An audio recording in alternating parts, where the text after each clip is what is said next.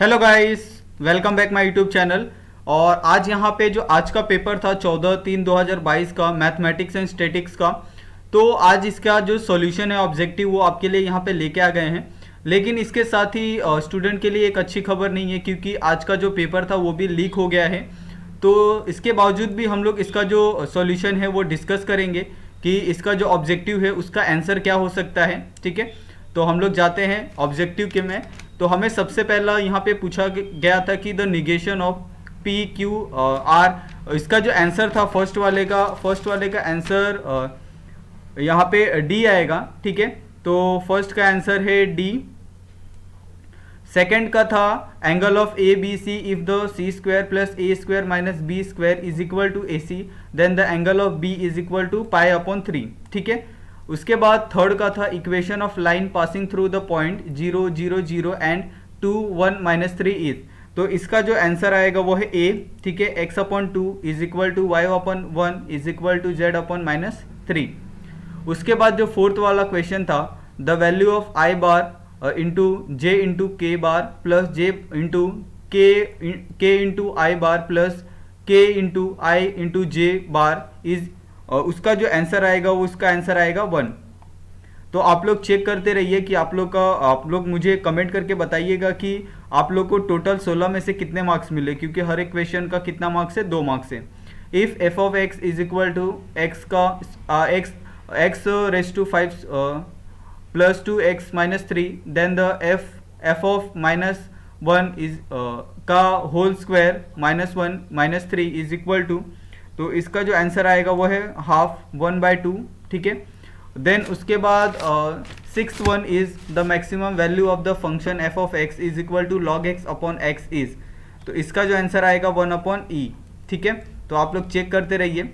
उसके बाद यहाँ पे जो सेवेंथ वाला है if integration of d x upon 4x square minus 1 is equal to a log 2x minus 1 upon 2x plus 1 plus c, then the a is, तो उसकी जो वैल्यू आएगी वो आएगी 1/4। ठीक है, उसके बाद यहाँ पे 8 का if the P M F of a r b x is, तो इसका जो आंसर आएगा इसका आंसर आएगा 294/251। ठीक है, तो आप लोग चेक करते रहिए कि आपका आंसर सही है या गलत है। फिर आप लोग मुझे कमेंट करके बताइए कि आपको जितने भी एमसीक्यू हमने डिस्कस किए उसमें से आपको कितने मार्क्स मिले।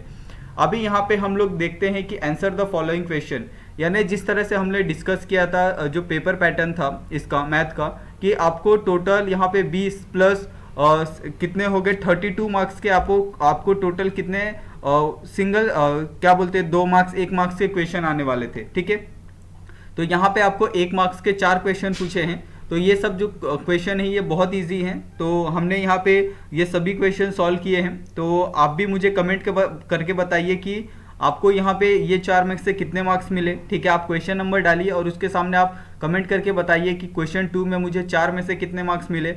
उसी तरह से यहाँ पे आप बताइए कि सेक्शन बी के अंदर आपको 16 मार्क्स है, यानी सिर्फ 8 क्वेश्चन अगर आप सॉल्व करते हो तो आपको 16 मार्क्स मिल जाएंगे।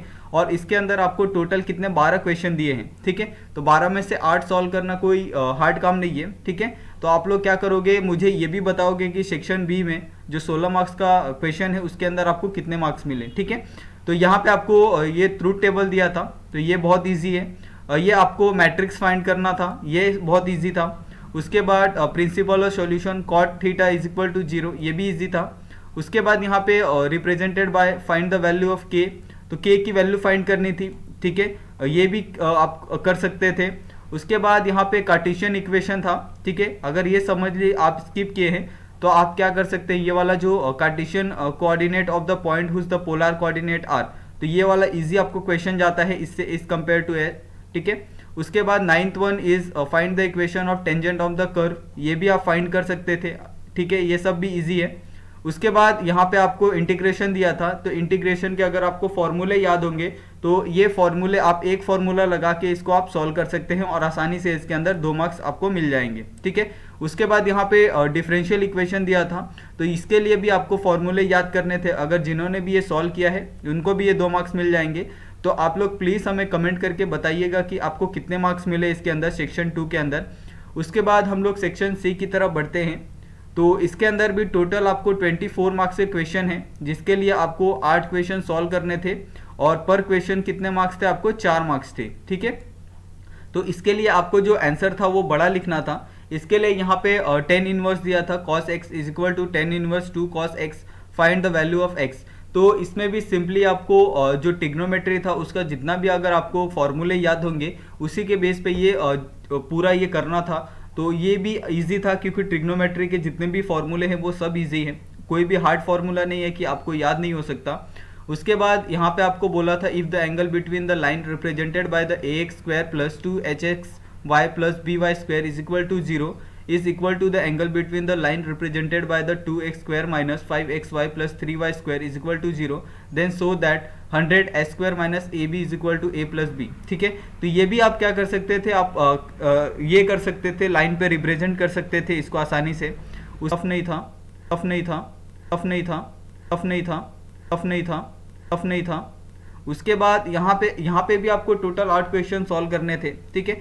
तो आप लोग इसका भी मुझे कमेंट करके बताओगे कि आपको सेक्शन सी के अंदर 24 मार्क्स में से आपको कितने मार्क्स मिले, ठीक है। उसके बाद यहाँ पे जो सेक्शन डी है यहाँ पे आप देख सकते हैं, ठीक है। तो ये पेज थोड़ा छोटा रह गया है, उसके बावजूद भी यहाँ पे हम डिस्कस करेंगे। ये 20 मार्क्स का है, ठीक है। तो 20 मार्क्स में आपको टोटल 5 क्वेश्चन सॉल्व करने थे। तो आप लोग मुझे कमेंट करके बताओगे कि आपने सेक्शन डी के अंदर आपने कितने क्वेश्चन सॉल्व किए और आपको टोटल कितने मार्क्स आपको मिल सकते हैं, ठीक है। और ये टोटल पेपर 80 मार्क्स का है, तो 80 में से आपको कितने मार्क्स मिलेंगे आप हमें कमेंट करके बताओ। और जिनको भी अगर कोई डाउट होगा तो आप हमें कमेंट करके भी अपने डाउट को पूछ सकते हो। तो आज का वीडियो बस इतना ही। अगर आपको वीडियो पसंद आया हो तो आप प्लीज़ चैनल को सब्सक्राइब करिए और अपने दोस्तों के साथ भी इस वीडियो को शेयर करिए। मिलते हैं नेक्स्ट वीडियो में।